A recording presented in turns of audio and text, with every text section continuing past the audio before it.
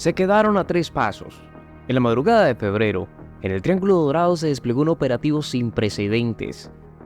Fuerzas de la Marina se internaron en la sierra para realizar operativos aparentemente de rutina, pero en medio del procedimiento iban en busca de un operativo sorpresa para poder aprender al mítico capo Mayo Zambada. Este hombre que se ha hecho impune por muchos años, aunque ha llevado toda una vida en el narcotráfico.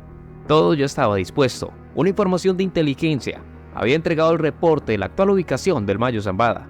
Inmediatamente, las fuerzas de seguridad emprendieron su camino al rancho donde se suponía se encontrarían con Ismael, el capo de capos de Sinaloa. A pesar de la rapidez de la reacción y el allanamiento realizado, se encontraron con un fuerte enfrentamiento como respuesta, y nuevamente el MZ se había escapado. Hoy nos referiremos al rastro del narco Mayo Zambada, en el más reciente operativo a Ismael Zambada, donde estuvo a punto de ser aprendido. Te invito a que te suscribas a nuestro canal, donde encontrarás más contenido como este. No tiene ningún costo. Las autoridades emprendieron un gigantesco operativo en cooperación internacional para poder aprender a Ismael Zambada García, un hombre que deambula por las sombras del narcotráfico desde finales de los años 70. Este criminal escurridizo nunca se ha dejado colocar unas esposas en sus manos. Siempre ha salido bien librado de las situaciones que lo comprometen y ha colocado frente al cerco de las autoridades. Su dinero ha logrado corromper las más altas esferas del poder y se conoce que tiene informantes en todos lados. Esto le da un blindaje y capacidad de reacción para con sus enemigos. Y esta vez, tal parece que otra vez se volvió a pelar y los militares se quedaron a 3 pasos. A Ismael también se le conoce como el MZ o el M Grande, el del quinto mes, y popularmente se le apoda el Mayo Zambada. Es nacido en el Álamo, Sinaloa. Se involucró en el tráfico de sustancias desde muy pequeño, pues desde corta edad empezó a trabajar en las plantaciones de opio propias de sus tierras. Desde aquí se formó como un agricultor, pero sus aspiraciones trascendieron y próximamente en su crecimiento empezó a involucrarse como la parte más lucrativa del negocio. En aquel entonces, los grandes capos eran considerados unos comerciantes más, pues el foco de las autoridades no estaba puesto en este comercio y se manejaba un perfil más bajo.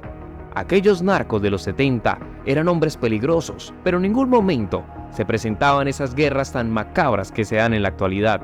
Para estos negocios no se cobraba con balas, se respetaba la palabra.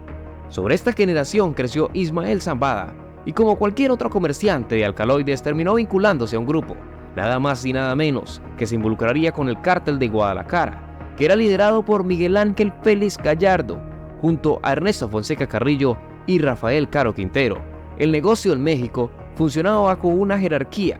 Desde aquel entonces se pagaban sobornos y comisiones, los cuales les permitían a los capos tener relaciones con las autoridades y gobernantes de la época. Los enfrentamientos entre los bandos no eran habituales, pues se respetaba el organigrama. Generalmente, las relaciones diplomáticas entre el gobierno y narcos eran dirigidos por el líder del grupo, que como se mencionó anteriormente, se trataba de Félix Gallardo. Las ganancias eran tan exageradas que las cifras de consumidores aumentaron en el principal mercado, los Estados Unidos, y pronto la agencia antidrogas empezaría a percatarse de que en ese país vecino pasaba algo, porque las autoridades no perseguían mucho a los comerciantes de droga. En vista de eso, le delegaron la misión a un agente que se encargaría de investigar a fondo qué pasaba en México.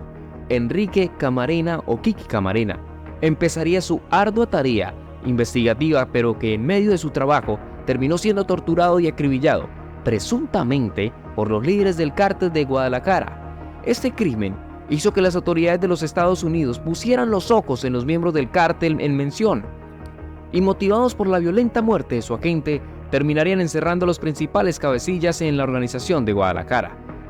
Con esto se buscaba colocar un precedente en los capos en México, pero dieron un paso a una fragmentación de todo el crimen organizado en ese país, porque los de Guadalajara solo eran la punta del iceberg de todo el problema del narcotráfico, y pronto saldría a la luz la violencia que se desataría por la ambición de tener el control total del negocio. Ismael Zambada observó que la caída de sus colegas, y con lo que vendría identificó que no podía quedarse aislado. Tomando lectura de la situación, decidió aliarse con un grupo de hombres, y entre ellos uno que se destacaba por su maldad y codicia. Se trataba de un matón a sueldo que trabajaba para Miguel Ángel Félix. El hombre en mención era Joaquín Archibaldo Guzmán Loera, pequeño de estatura, grande de mente, por eso se le dio el alias de El Chapo. Junto a este hombre, construyeron el conocido Cártel de Sinaloa. El Mayo se encargó de fortalecer alianzas con personas influyentes y de manejar las finanzas de la organización. Evidentemente, El Chapo sería quien mostraría su rostro como el capo visible de la organización, mientras que el M Grande se mantenía detrás de las cámaras sin mostrar su imagen. Esto se conoció muchas veces, en donde El Chapo fue catalogado siempre como el capo más sanguinario de la época, y por eso siempre fue el objetivo prioritario de los Estados Unidos.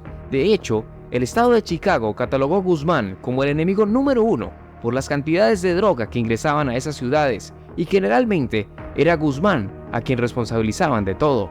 Pero lo cierto es que esta droga generalmente era propiedad de la Federación o Cártel de Sinaloa, y el Mayo también tendría responsabilidad, solo que por su forma de operar y procurar mantenerse en la sombra de la mafia, al estilo de un ajedrecista que solo mueve sus fichas.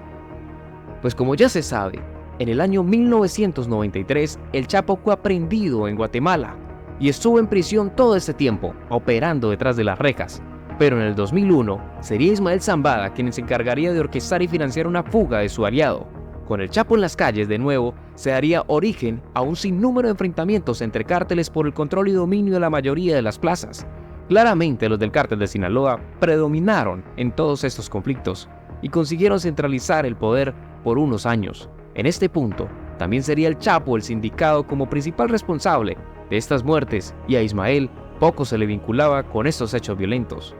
Nuevamente las fuerzas del orden aprenderían al Chapo, esta vez en el año 2014, y el siguiente sería Ismael Zambada, pero en medio de la búsqueda ardua de las autoridades, el Mayo se encargaría nuevamente de garantizarles el boleto a la libertad a Guzmán. Por medio de un túnel, El Chapo saldría de prisión para emprender un camino de persecuciones, porque en ese 2015 todas las fuerzas del orden se volcarían a buscar al capo que se había fugado, y nuevamente el Mayo Zambada había pasado en segundo plano. El tiempo de recreo para los capos pasaría pronto, porque El Chapo sería recapturado en el 2016 y finalmente extraditado a los Estados Unidos al año siguiente. Con esto, nuevamente quedaba en el ojo del huracán el Mayo Zambada, y la persecución se retomaría por aprender al único capo antiguo que no había estado en una prisión. Pero misteriosamente, la búsqueda de las autoridades tomó otro rumbo y recaerían de nuevo sobre la familia Guzmán. Esta vez el objetivo serían los hijos del Chapo, Ovidio, Archibaldo y Alfredo. Son muchos los intentos que se han dado para buscar capturar a Ismael Zambada, pero ninguno ha sido contundente.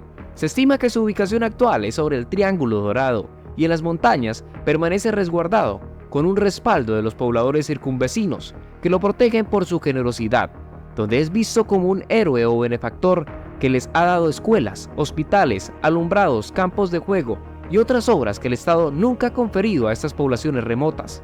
Esto deja en evidencia que antes que los militares avancen en su zona, el Mayo Zambada ya estaría enterado. Por eso el último operativo que se adelantó en el mes de febrero para buscar apresarlo no tuvo ningún resultado favorable, pero de nuevo estuvieron muy cerca y se quedaron a 3 pasos de capturar al MZ.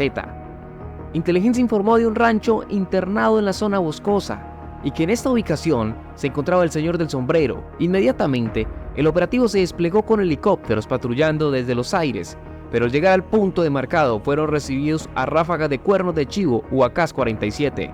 La respuesta fue con balas, y en unos minutos tomaron el control del perímetro. Ingresando al rancho, se encontraron con las habitaciones sin tender, la estufa encendida y, como si fuera poco, algunos platos sobre la mesa. En otros términos, el capo había estado hace muy poco tiempo en ese lugar, pero misteriosamente, alguien le había informado del despliegue de hombres en el lugar y nuevamente se había fugado. Determinar quién sería el informante que frustró el operativo es muy difícil, porque se puede deducir que estaría entre las filas de las fuerzas del orden, pero también de los habitantes y pueblerinos de la zona. Como se mencionó, el MZ suele ser protegido por estas personas que residen en la zona.